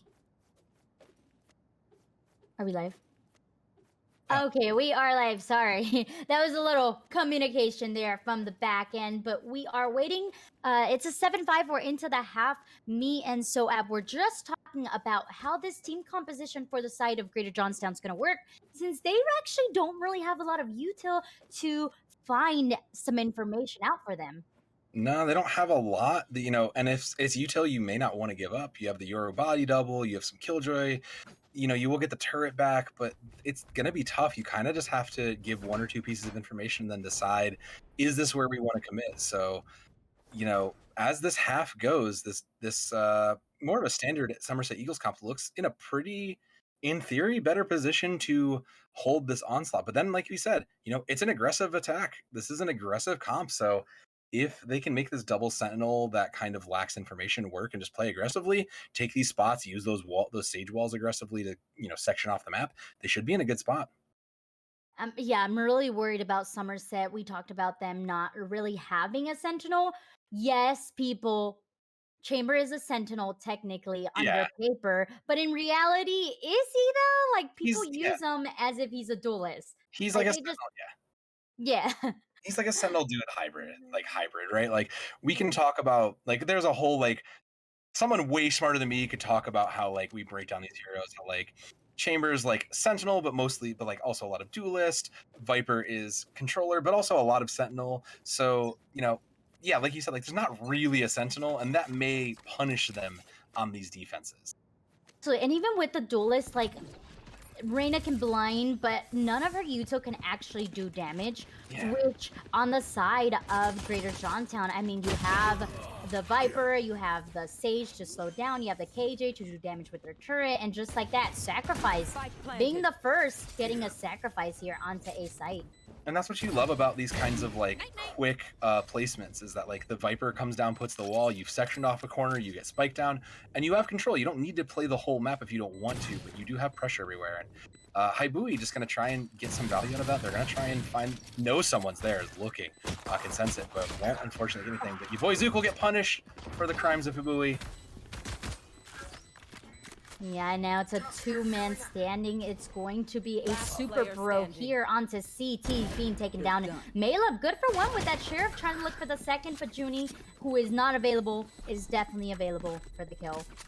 The retake came a little staggered, right? Like you could kind of pace out where like, okay, we need to focus here, we need to focus there. These retakes need to be chaotic and hectic. Otherwise, Greater Johnstown is just going to section off what they want, and they're going to take and get the spike down and go from there. And that's the one thing this comp does very well, right? Is it creates a lot of chaos. There's so many things to keep an eye out for.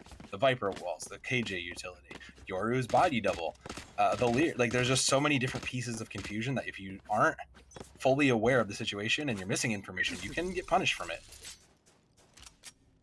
Yeah, well, this is going to be a pretty easy round for the side of Greater Johnstown, as they do have the weapon advantage coming onto this B site. It looks like some of the members from the side of Somerset have decided to buy up. As you can see, Super Bro here with the Spectre holding off this Octagon. The turret's going to come into sight. It's going to be Blaze who's going to be able to take down Super Bro, and now the bomb is being planted, and a man disadvantage for the side of Somerset. Yeah, and again, they've sectioned off what they need, and you know, it's just going to be kind of a bit of an economy difference here, you know, so as much as we want to say about it. But the fact that they just kind of got what they wanted, they got their positioning, they were able to set up and execute so quickly, I think really speaks to the quality of Greater Johnstown's play, right? Even throughout these earlier games, we're seeing these executions that don't necessarily happen in a blink of an eye. And they're doing just that. They are throwing down these walls, they're throwing down their utility to make sure they have a clear path, but they are also pushing and taking space and then executing, getting spiked down, and are set up exactly where they want to be. So it's great control of the space that Greater Johnstown's have, and that's how they got to 9-5. Mm-hmm. They are doing everything right, as you said, and unfortunately it is for the side of Somerset that, right, the best choice last round, so now they are on to pistol round. Baited by that Yoru clone, just like I would have been. His Sacrifice just going on a mayhem here as he pushes through his blind, but he misses the Omen, and the Omen just right-clicks differently. But Blaze, clearing out the Omen, says, hey, you can't do that to my friend. That's not nice. So the problem there is that a Super Bro is unfortunately just 1v3 and will, you know, they'll get the spike down, but it was an aggressive push that paid off well for them. And yeah, that's knowing your opponent's economy, right? Like that's kind of the other part of this whole equation, is knowing what's going on with your opposing team, and they've just been following it well. Greater Johnstown looking good at 10-5 to close this out. One ultimate for the Yoru Sacrifice. I don't know if we'll see another cheeky shotgun play come out. I kind of want to see that success happen again, but I kind of don't think that's a smart idea. Ask and you shall find. I don't know. Ask and you shall receive, maybe, at this point, because Sacrifice might be in the business of pleasing us as casters, but no, it's going to be Haibui who's just going to shut it down there, says, hey, you're not coming here. Maleb as well, taking out Zibaru, the top KJ here. Eric getting cheeky on to Hookah, but unfortunately gets a little bit dinked by the Viper's snake bite and has to retreat. Hookah is now in control of Greater Johnstown, but they have decided that they no longer want it. They know it's a 3v4 at this point, and even though they haven't seen everybody, they kind of have the vibe that maybe they shouldn't push that, and I think that's the smart play. It's good patient play, and just gonna check and see what's changed. You know, we got to know everything, but meanwhile, Haibui is looking to see what's changed, and it's about to be a Viper shot. Missed it, unfortunately, but you know, now that full rotation's coming back, so they must not have been happy with that A site, what they saw there. Yeah, it's a 2-on-2. I do like how Somerset is playing this. They know that there potentially might be someone still at B, and they know that, hey, Greater Johnstown could rotate because that's a possibility. So they're keeping men on 30 both seconds sides, left. which I think is the best play. As you can see, it's going to be an A hit, and they already have the Chamber and the Omen already available there for the retake. But it's going to be the Sage Wall that's going to secure a safe plant for the side of Greater Johnstown. Spike planted. Zook trying to get a cheeky angle here onto bench, but unfortunately his shots do not connect. And it's going to be High Louie with the operator onto Amp. Says it's time to go minis. One enemy. We're going to commit the Viper's Pit. We're going to try and win this, but it might be too little too late as Blaze will find one, but immediately gets traded. And yeah, it's... Junie has done this several times at this point, so you have to know it's coming. The Sage Wall goes up, sections off this part, and they suddenly just have full control because they've cleared off whatever's there. So I think if you are the side of Somerset, you got to continue to be aware of that and play into that. And that's how you get these successful points. You know that this kind of set play is coming in, you watch for it, and you force them into bad positions. So keep making Greater Johnstown make errors and then capitalizing them. You're looking good. That's how you get these 3 ultimates that you can snowball into the future. And now with this operator in Haibui's hands, I think this is the flip of something better. I think this is the start of the comeback. Yeah, I would be terrified if I was Greater Johnstown with Haibui on the operator. You've seen them hit shots, and they have been absolutely immaculate. So I think it's smart to go onto this B site. I mean, they don't have a lot of information, but Sacrifice with that ultimate is going to get a lot of information. Knows exactly where the Reyna is, and is going to go for that. As Maleb is pre-firing because knows exactly where he is. It's going to be a blind onto CT, but it's Eric the Great, the first one to go down onto site. Oh, the body double. No, That's a great use of that body double. You love to see it. Sacrifice has shown us a good way to play that Yoru, and now with Spike down in the 3-4, it's looking good for the side of Greater Johnstown here. It really is, especially with the operator in the hands of Haibui, but it's going to be the lurk from the... Oh, I'm sorry. I thought Amp was onto elbow. No, Reyna is onto site with the blind from the Omen. Now it's going to be a nice, clean positioning for Haibui to get onto site. Is good for 2. Zibaru, though, is not giving it down. A super bro. The time is ticking. He has to go for it. He has to hold it if he wants something to happen. It's actually too late. He's just going to have to go for the kill or the save. Nah, he's going to die to Spike. You get a couple extra bucks for dying to Spike, so... That's fine. Blaze, I don't know about that one. Probably just didn't quite make it out of space, but hey, you tried. 11-6, Greater Johnstown slowly closing the gap out here, and you know, Somerset has looked good. There have been moments where as a team they've looked very good, but you can kind of see Haibui just trying to pull the rest of the team along, you know, across the finish line, and just can't quite do it themselves. Does have the currency to go for this, but they're all in here. They're going to commit their entire economy into winning this round. It's a bold play, but I think with these ultimates, Somerset Golden Eagles have a chance to win this round and flip it back to them. I have to say, Greater Johnstown has been just so skilled, and not just skilled, but very patient.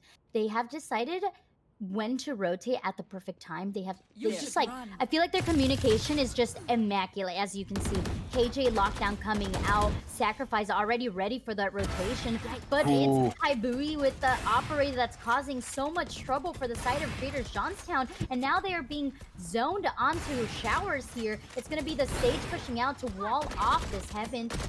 They know exactly where they are, and the Blade Storm coming down, but not hitting. That's so unfortunate, but now with Greater Johnstown in control, they get Spike down in 4v2. That's kind of the problem with Somerset, right? Is that they're giving up the space, this kind of playing a bit passively, and they need to kind of counter that, play a little more aggressively, but that is going to be an aggressive play that Sacrifice will unfortunately fall into. You know, Yor is a great agent, but unfortunately sometimes you just can't do it, and Greater Johnstown will bring it home, bringing us to match point. This, so do you think that the Yoru pick has hurt Somerset, or sorry, not Somerset, Greater Johnstown, or it has helped? I think, you know, because like the Yoru is 1-1. Like typically the general way you say, am I getting value on something, is you look and go like, am I getting am I at least trading every single time? And like by numbers, yeah, I would argue the Yoru pick as like a whole has been very successful. They've kind of used it as a very interesting pick. And let's be real, most people aren't exactly playing a bunch of Yoru right now. So this is kind of working in their favor to be an element of surprise. They're getting value.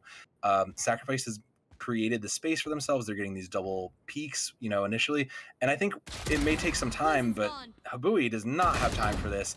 And unfortunately, we'll get traded out as that pick happens. And it's just kind of even now, right? There's not much change other than the fact that the controller from Greater Johnstown is down. And now there's suddenly, never mind, I say that and they're back. As I say, now suddenly it's an uneven fight. And now Greater Johnstown has the numbers and they are going to commit onto this A site.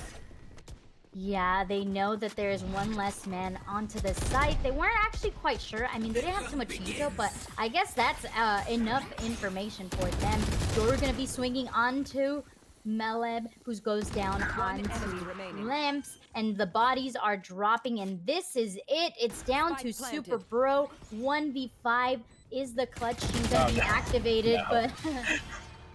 Not when there's just a whole squad rolling up on you, unfortunately. It's just not going to be. A good showing, though. Like, great from both the number 1 and 2 teams.